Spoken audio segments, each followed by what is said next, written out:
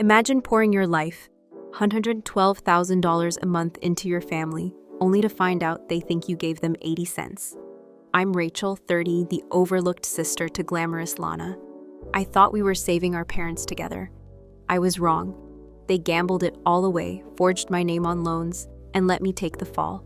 Betrayed and broke, I cut them loose.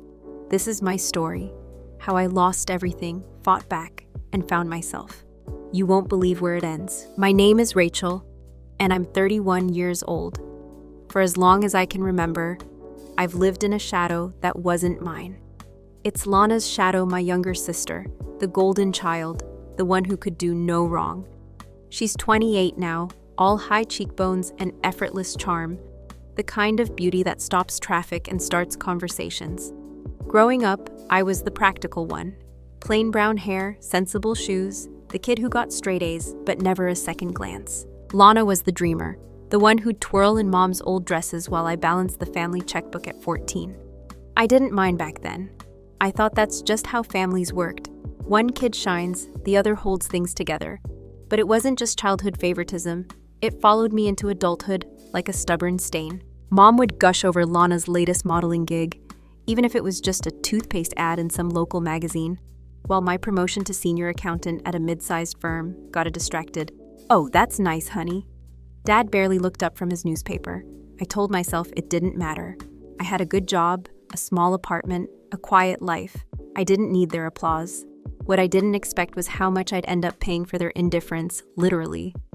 It started 5 years ago. Mom called me one night, her voice trembling like she'd been crying. "Rachel, we're in a bind. Your father's business went under and we're barely scraping by." I could hear Dad muttering in the background, something about bad investments.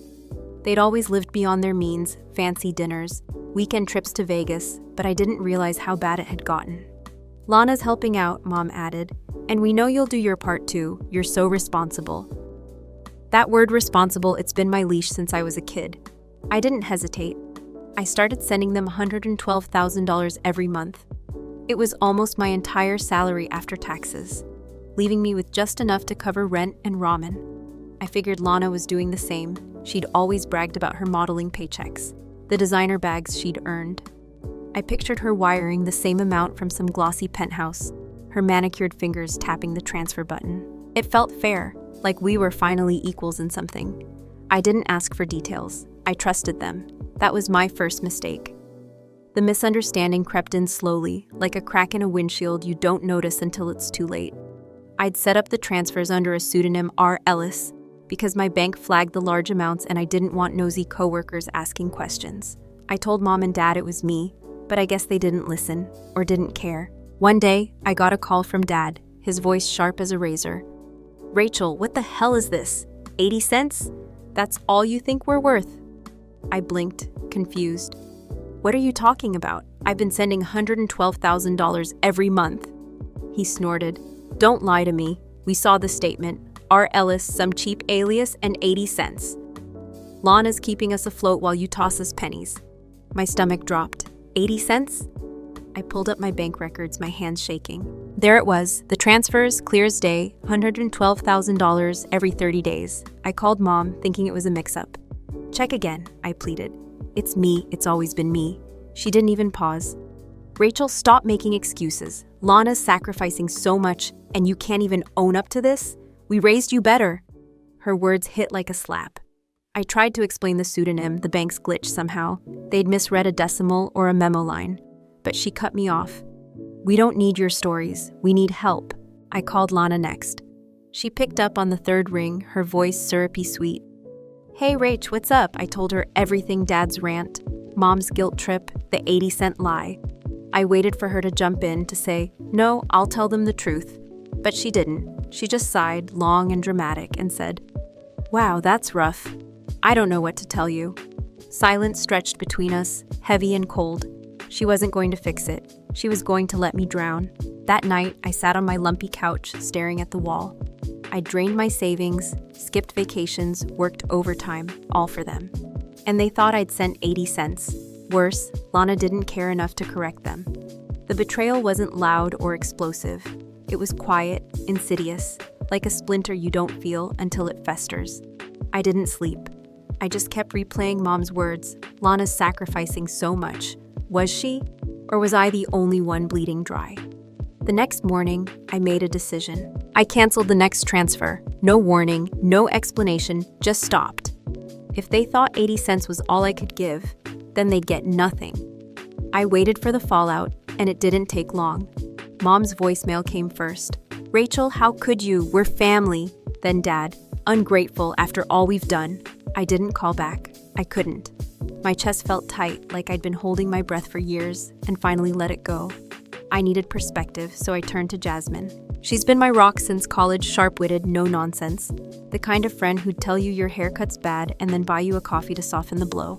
I met her at our usual diner, the one with the sticky boots and burnt coffee smell. I spilled everything. The money, the fight, Lana's silence. Jasmine leaned back, her dark eyes narrowing.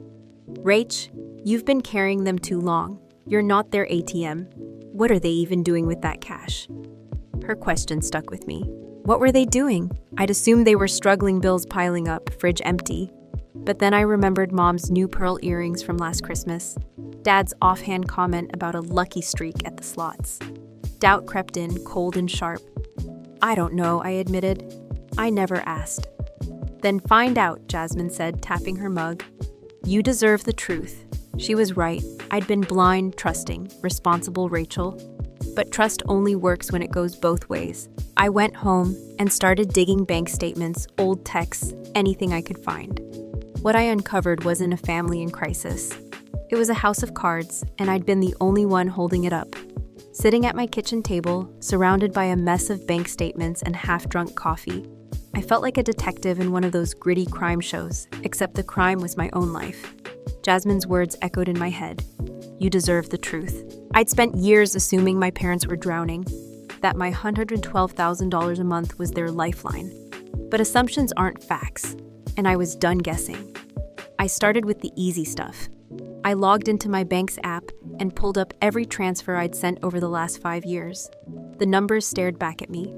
$6.72 million total. $6.72 million. My hands went clammy. That was my 20s, every late night at the office, every skipped dinner out, every time I told myself next year for a vacation that never came. I'd funneled it all to them, no questions asked.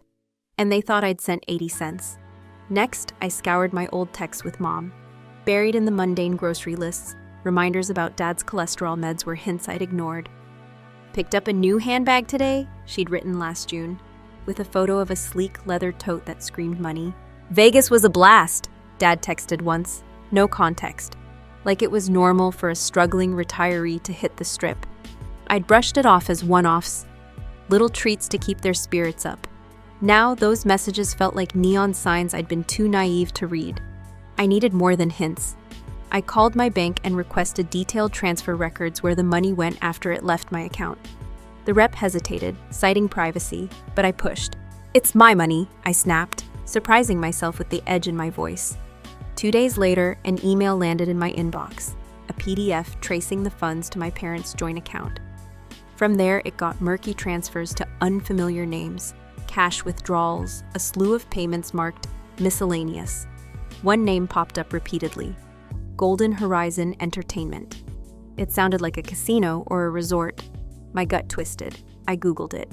Golden Horizon wasn't just a casino. It was a sprawling gambling complex, an hour from their house. Reviews boasted about its slot machines, VIP lounges, and high-stakes thrills. I cross-checked the dates of their withdrawals with my transfers. They lined up perfectly. Every month, within 48 hours of my $112,000 hitting their account, tens of thousands vanished into Golden Horizon. I sat back, my breath shallow. They weren't paying bills, they were playing slots. But what about Lana? She was the saint in this story, the one sacrificing so much. I'd never doubted her contributions. Her Instagram was a parade of designer heels and rooftop cocktails. Modeling paid well, right? I opened her profile, scrolling past the post selfies and vague captions, living my best life, chasing dreams. Then I noticed something. The posts had thinned out. No new campaigns, no brand tags, just recycled shots and cryptic quotes. I searched her name with modeling on X and found a thread from a fashion insider. Lana Grayson's bookings dried up last year. Word is she's coasting on old hype. Another post, snarkier. Saw Lana at a dive bar last week. Guess the runway money's gone. My head spun. If Lana wasn't raking it in, what was she sending mom and dad? I couldn't ask her she'd dodge or lie, like she did on that call. Instead, I took a risk. I called their bank, pretending to be mom. "Hi, it's Linda Grayson," I said, mimicking her clipped tone. "I lost my login. Can you confirm the last deposit from my daughter Lana?" The teller hesitated, then said, "Let me check." "Lana Grayson, right? Last deposit was $500 3 months ago.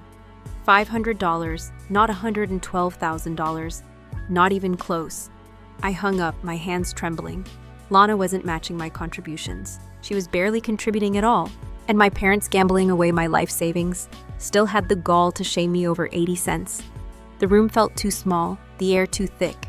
I wanted to scream, to call them and unload every jagged piece of this betrayal. But I didn't. Not yet.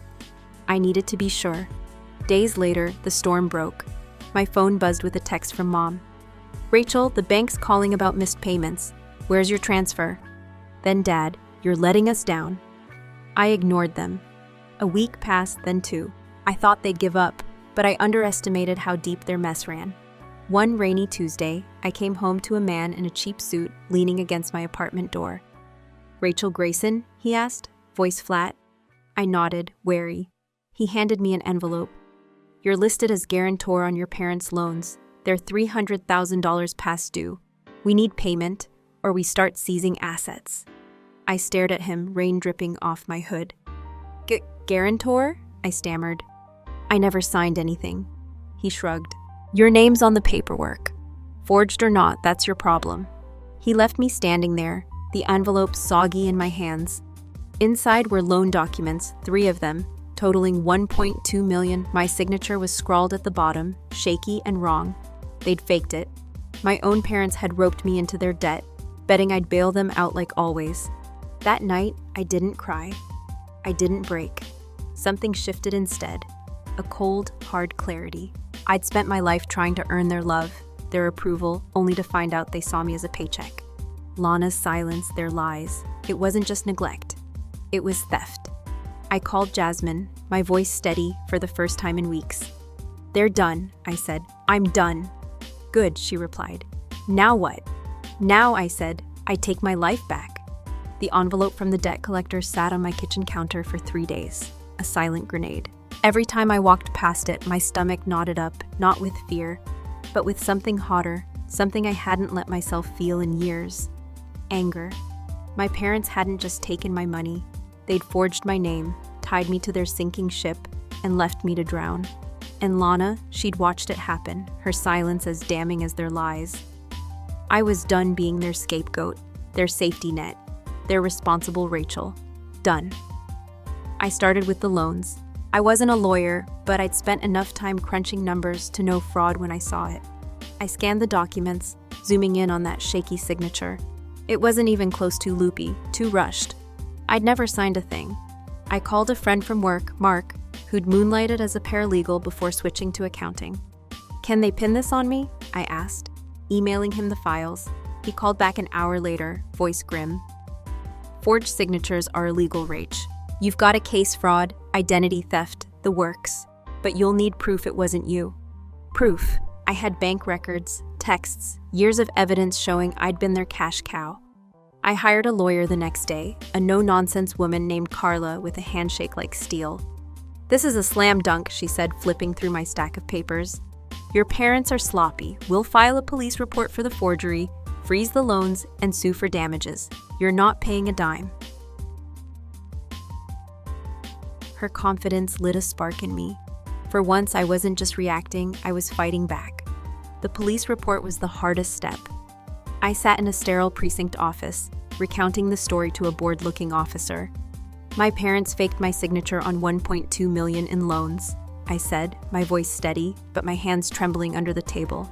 He raised an eyebrow. "Your own folks?" I nodded. "Yeah, my own folks." Filing that report felt like betrayal, like I was the one breaking the family. But then I remembered. They'd broken it first. The officer typed it up, handed me a copy, and said, "We'll investigate. Stay out of their reach for now." That was the plan. I blocked their numbers, Mom, Dad, Lana, all of them. The texts stopped, but the voicemails piled up, slipping through the cracks of my carrier's settings. Mom's voice tearful. "Rachel, how could you do this to us?" Dad's furious. "You're ruining everything." Lana's cool and detached. "I don't get why you're making this a big deal." I deleted them without replying. Silence wasn't weakness anymore, it was power. The fallout came fast.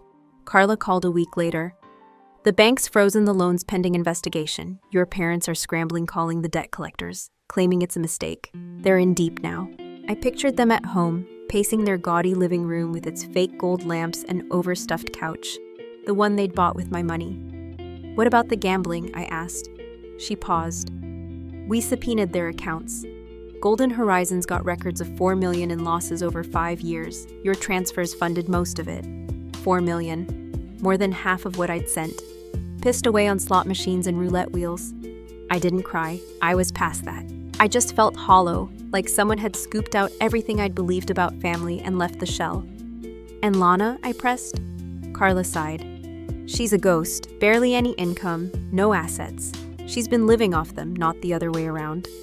That hit harder than the gambling. Lana, the glamorous sister, wasn't sacrificing a thing. She'd let me bleed dry while she posed for selfies and sipped cheap wine. I'd built her pedestal, brick by brick, and she'd watched me crumble under it.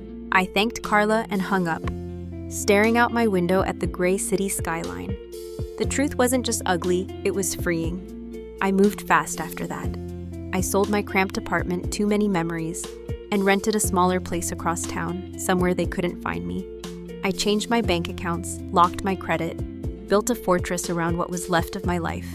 Work became my anchor. I'd always been good at my job, but now I threw myself into it. My boss noticed. "You're on fire, Rachel," he said one day, slapping a promotion letter on my desk. Senior financial analyst, a $30,000 raise. I smiled, a real one, not the tight-lipped kind I'd faked for years. "Thanks," I said. "I'm just getting started." Jasmine was my lifeline through it all. We'd meet at the diner, her teasing me about my new badass vibe over greasy fries. "You're like a phoenix, Rach," she said once, grinning. "Burned it all down and rose up." I laughed, but she wasn't wrong. Cutting them off didn't erase the hurt. It just gave me room to breathe, to figure out who I was without their weight on my shoulders. Months passed, then a year.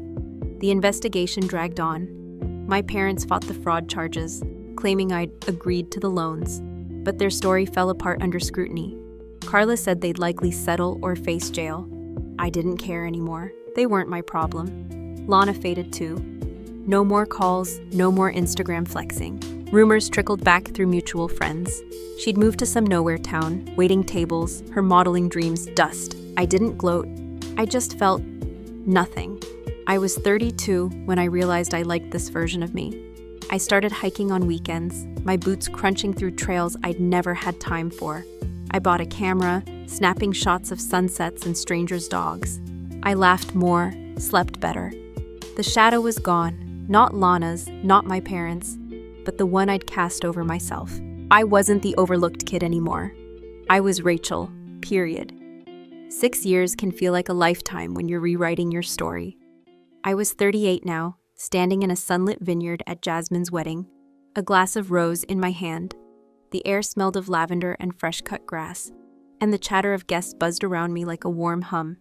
I wore a simple green dress, nothing flashy, just me, and for the first time in forever, I didn't feel like I had to prove anything. The shadow was long gone, burned away by years of hard-won peace. Life after cutting ties wasn't a straight line. The legal mess with my parents dragged on for 2 years before they settled, pleading guilty to lesser charges, paying fines they couldn't afford. Last I heard, they'd sold the house and moved into a trailer park, still chasing one big win at the slots.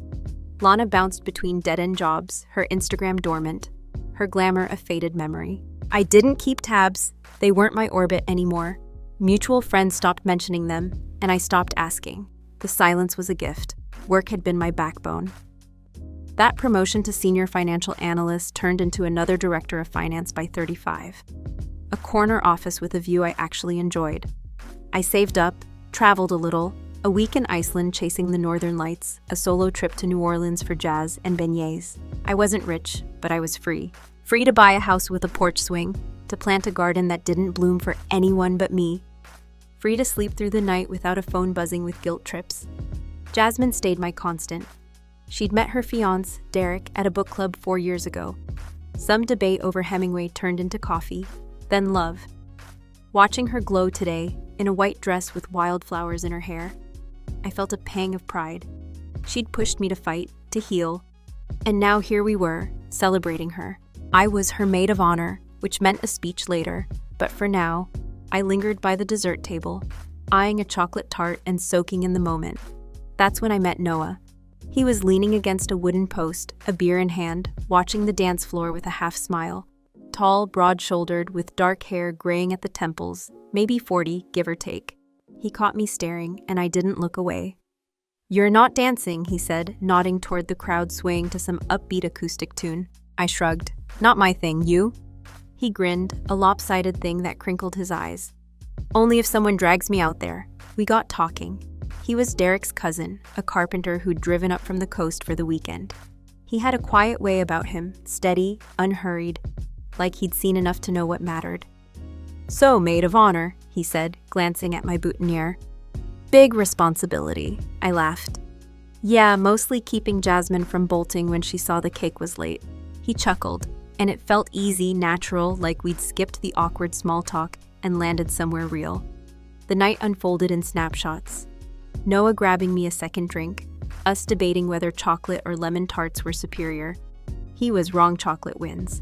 Him asking me to dance after all. I said yes, surprising myself. His hand was warm on my back, and as we moved, clumsy but laughing, I felt something shift. Not fireworks, not some movie script rush, but a quiet spark. Hope, maybe. A door cracking open. Later, after Jasmine and Derek drove off in a shower of sparklers, Noah found me by the vineyard's edge. The stars were out, sharp against the black sky. "You sticking around tomorrow?" he asked. I nodded. "Brunch with the stragglers." "You?" "Same," he said. "Maybe I'll see you there." He paused, then added, "I'd like that." I smiled, my chest light. Me too. Driving home that night, windows down and the cool air rushing in, I thought about the last 6 years. I'd clawed my way out of a pit betrayal, debt, a family that never deserved me, and built something solid. Not perfect, not painless, but mine. I'd stopped living for their approval, stopped measuring myself against Lana's glitter or my parents' expectations. I was Rachel, flawed, stubborn, stronger than I'd ever known. Noah wasn't a fix, not some fairy tale ending. He was a possibility, a maybe, a chance to share this life I'd fought for. And that was enough. For the first time, I wasn't in anyone's shadow, not theirs, not even my own. The road stretched ahead, dark and open, and I drove into it, ready to live for me,